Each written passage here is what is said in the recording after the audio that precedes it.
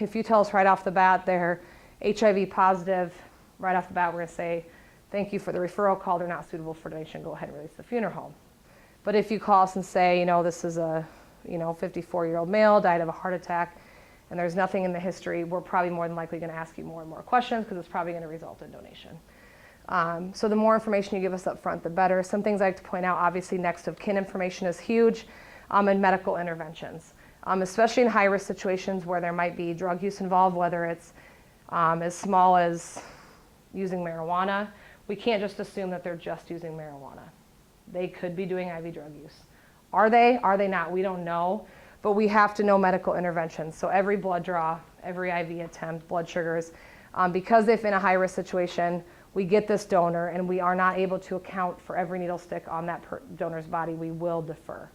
And that is for the safety of those recipients, right? Because someone doesn't want to come out of a double breast mastectomy with a tissue repair and have HIV because we just decide to be liberal with accepting whoever we accept. So with tissue donation, we are much more strict. So we're going to defer before we accept for that reason. You still test and run? We still run serologies, yes. But if we even suspect IV drug use at all, we're done, because A, for the safety of the staff, and then we're just not even going to mess around with it. But yes, we always run serologies on every single one of our patients anyway, but we still like to know as much as we can know up front. Because if we can detect that there's IV drug use before they're sent away from the hospital, that saves you guys time too. We can just say go ahead and send to the funeral home versus waiting around as well. What if there's any type of drug use? Not necessarily anyone That doesn't matter. That's fine? Yep. So my mask can't just Yeah. I mean, now obviously if it's a lot of times with meth users you can see, or some drug users, their skin is just in horrible shape. There's open sores and wounds everywhere. Yeah. Now if their body would be full of that, skin would not be a possibility at that point. And I say full, if we have minimums that we have to reach. So obviously in that situation, it'd be no different than really big, raised, thick moles. A lot of times you'll see that on elderly. And if their whole back, because that's where we take the skin from, if their whole back is covered in that, we usually have to defer skin for that reason. And because I don't know, for some reason they can't process out those really thick. And I don't just say freckles, we're talking the big, thick, raised moles.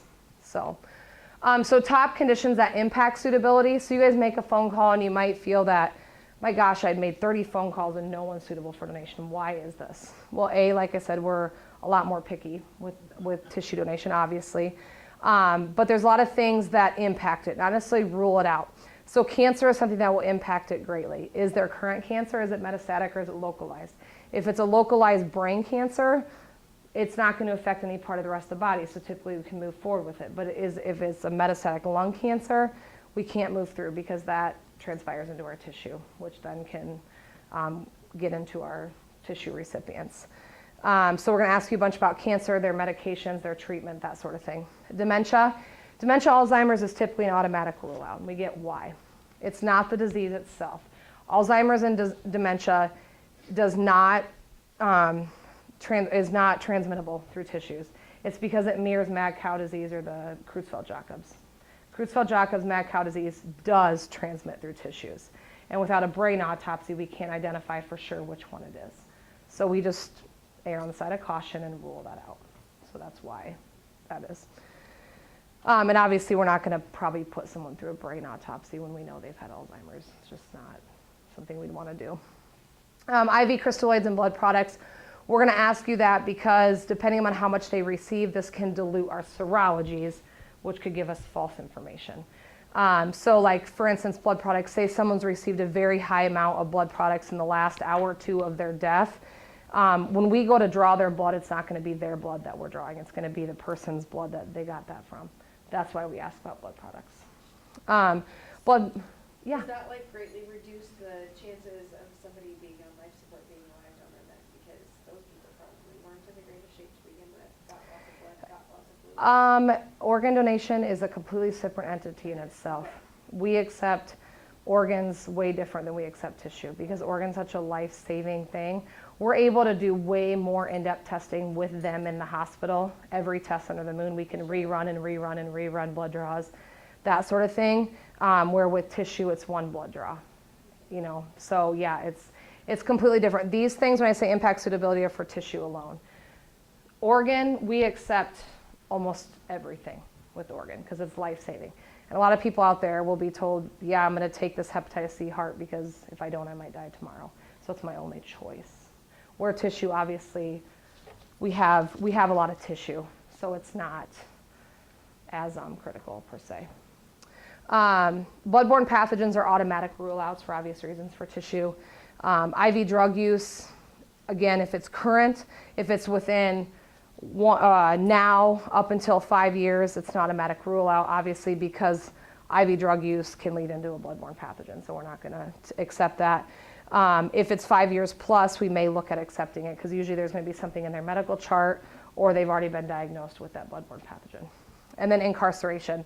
If someone spent 72 consecutive hours or more in jail within the last year prior to their death, it's a rule out because of the risk factor of a bloodborne pathogen, because there's high risk activity that takes place in prison and we can't identify with anybody that they have not taken or have not taken on that high risk activity. So once you call us, we're going to evaluate the suitability. We always check the donor registry. We let you guys know, yes, they're suitable, no, they're not. If for some reason on that first phone call you don't hear from us that they're suitable or they're not, do not release to the funeral home. We've had multiple occasions, and I'm not saying here, just across the state, in the last couple months that there's just been a miscommunication where they've called us, called the funeral home comes, picked them up, embalming started. Then we have to call the family back and say, sorry, your loved one can't be a donor. So it's a lot better if you just wait to hear back from us that yes, they're suitable, no, they're not. Then make your one phone call to the funeral home and say, I'm going to report this death. Iowa Donor Network is involved, but I just want to report this, or I'm going to report this death. Go ahead and pick them up. It's easier to do it that way than to call them, call us, call them back. So one phone call will save you that. This is the donation timeline. So we have 24 hours to complete all these steps. If someone's not suitable for donation, we stop where the blue box ends. So we would never contact the family if someone's not suitable. That's when you can release to the funeral home. If someone is suitable, you're going to let the funeral home know that Iowa Donor Network is involved, but then we will coordinate with the funeral home ourselves as well. And then it kind of just goes from there. In a medical examiner case, just because someone is under the jurisdiction of a medical examiner, it does not automatically preclude them the ability to donate.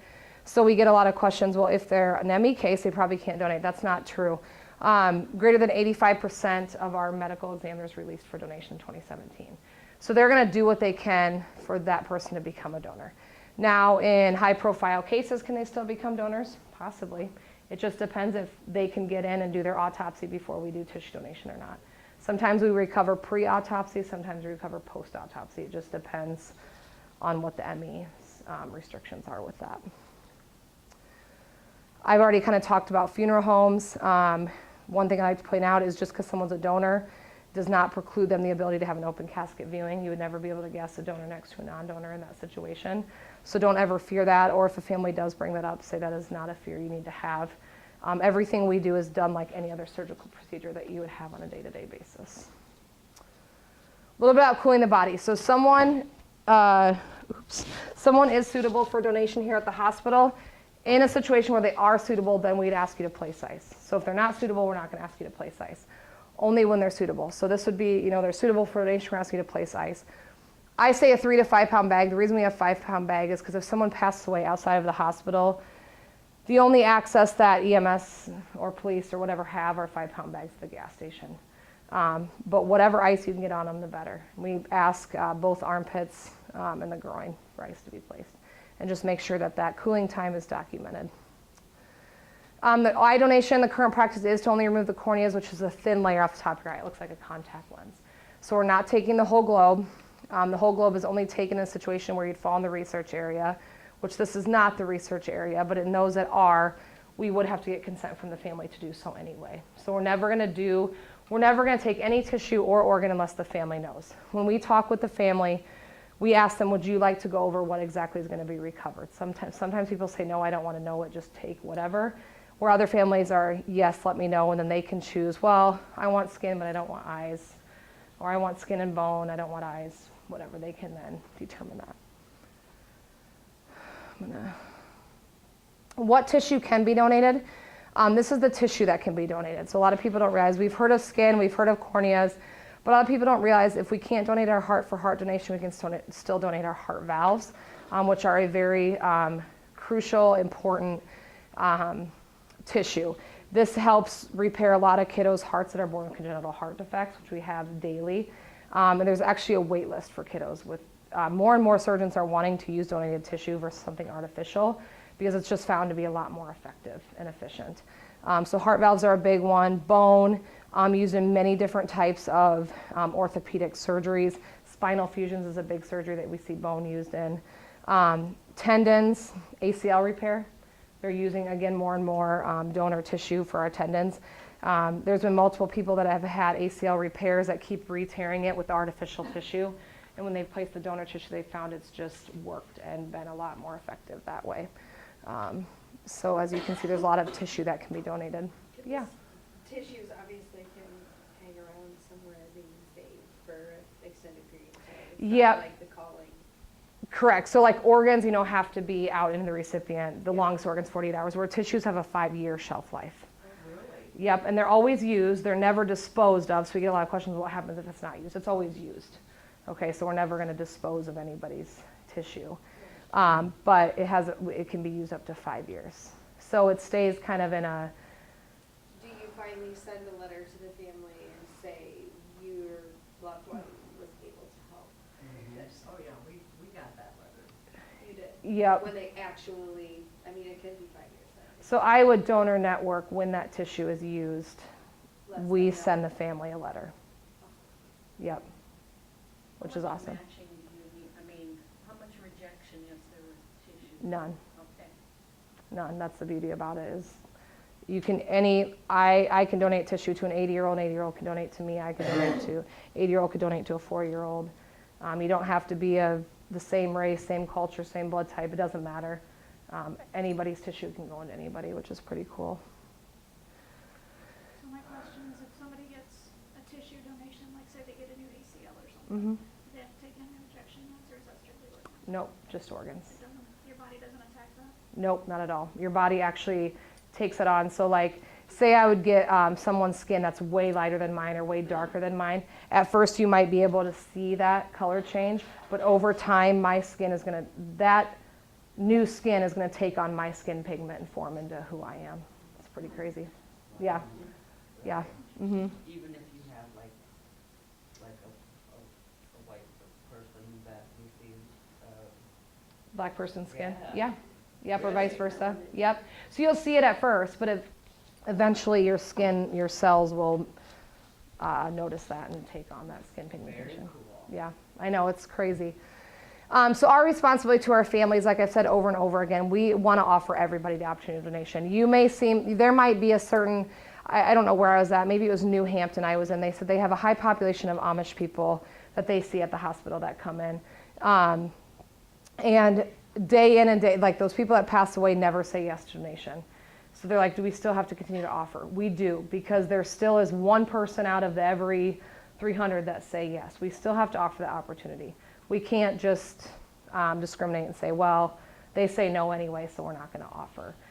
So we have to offer everybody, whether it's religion, race, their cause of death, medical condition.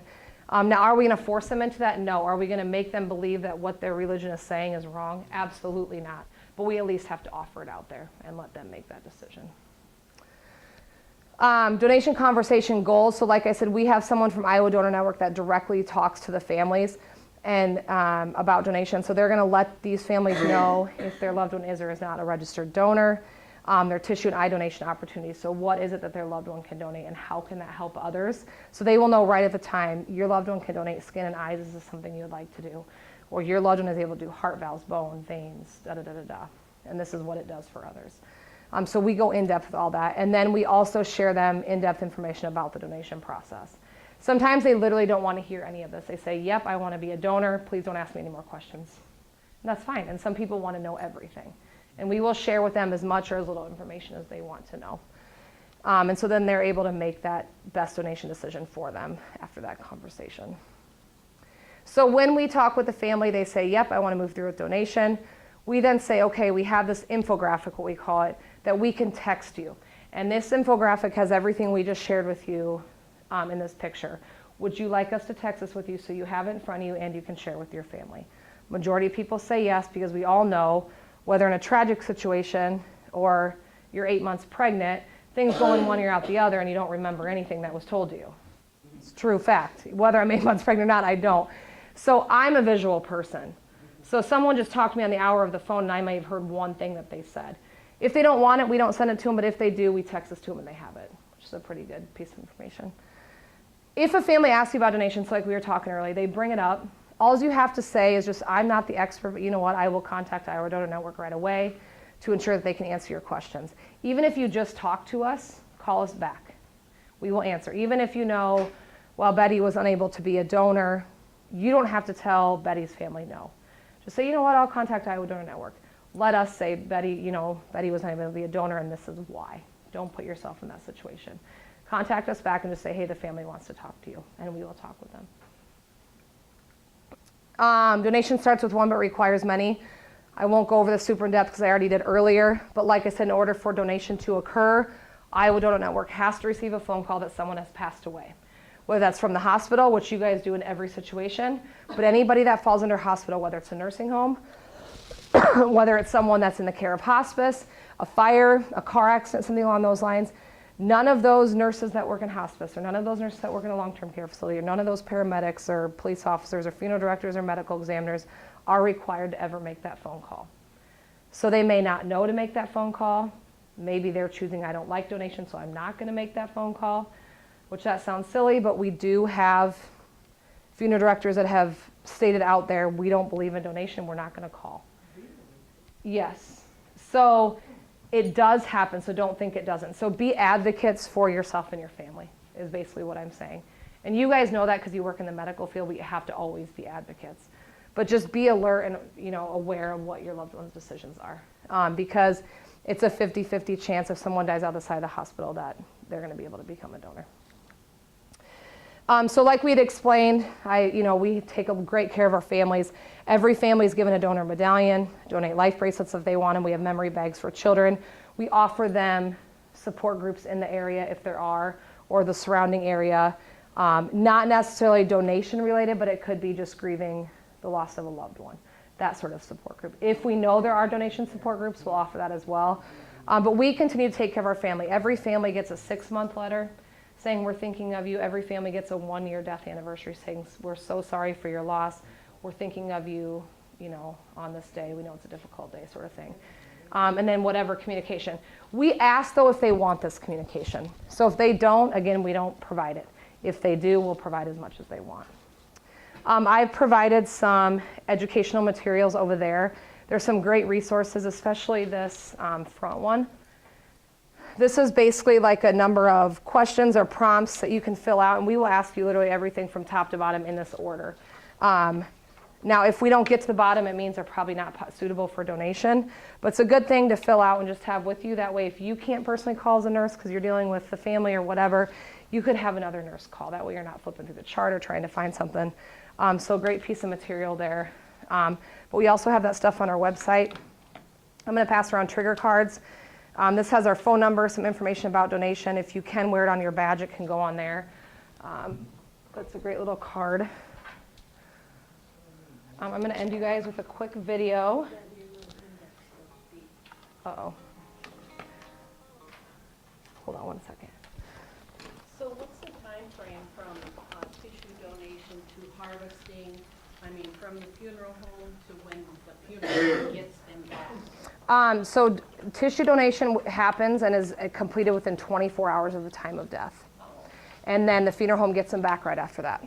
Now, is So- that stuff a cost to the family to transport from funeral? There is no cost to donation whatsoever. Okay. So any family says yes to donation, any transport charges, anything like that, any donation is covered by us. Yep.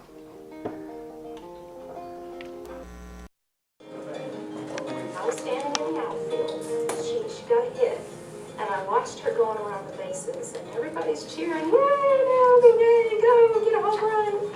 And she went past home plate, and as she was going toward the dugout, she went, After she had fallen, her knees were so unstable that it was necessary to have a wheelchair for her to be in anytime she had to go anywhere. it was like maybe once a year, her kneecap would pop out, and she would fall, and it would hurt. But then when she got to be about 9, it started popping out like 2 or 3 times a week. I said, we need a little more aggressive approach to this. After she fell and was hurt, we decided that we needed to look at the surgery and talk to Dr. Locke, and he explained what he would be doing. A lot of the kids with Downs will develop this problem where their kneecaps keep popping out. And the reason is the Downs tissue is diseased, and it is a ligament that is just like gum or like taffy. So if I use her ligament to reconstruct her kneecap, then it just fails over time. But with the allograft, which is someone else's tissue, that tissue, which doesn't have Downs, is now strong, and we put that inside her knee, and we were able to fix her problem. I heard donated tissue, and I thought, oh, am I going to have to donate my tissue for her? Are we going to have 2 people recovering from surgery and not able to walk at the same time? He said he would get a free tissue bank. Such a huge relief. And then I realized that this would be a generous gift, to think that someone would care enough about what happened to someone else that they would be willing to make that decision. And in Naomi's case, because it involves both her knees, it was going to be 2 people.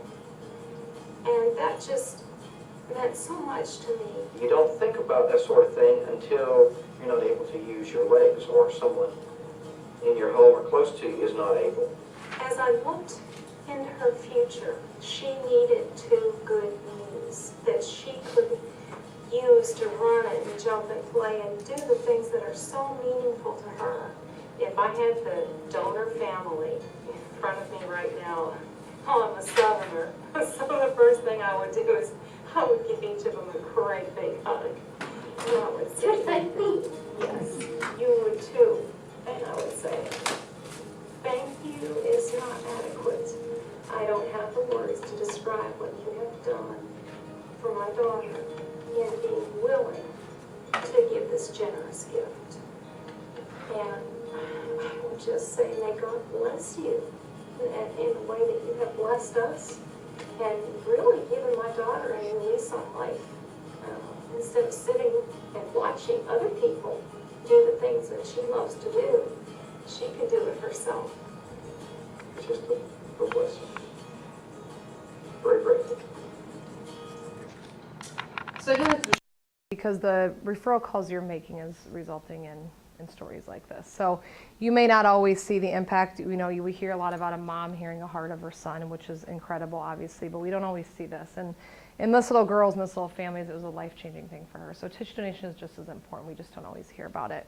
So just remember, every phone call you're making, you are that really important link between that potential donor who can offer hope and those recipients who are waiting for those gifts. So your phone calls are important. We thank you for that, and just, you know, give yourself a pat on the back, because without that phone call, that, you know, potential recipient would never receive those gifts. I am going to pass around your certificate, so you will need, so make sure you signed in on the sheet. So you need to sign in on that sheet with your nursing license number, and you also need to fill this out just how it is up on the screen, and make sure your nursing license number is on there. You guys keep the yellow, or you guys keep the white copy, and I'll keep the yellow. There you go.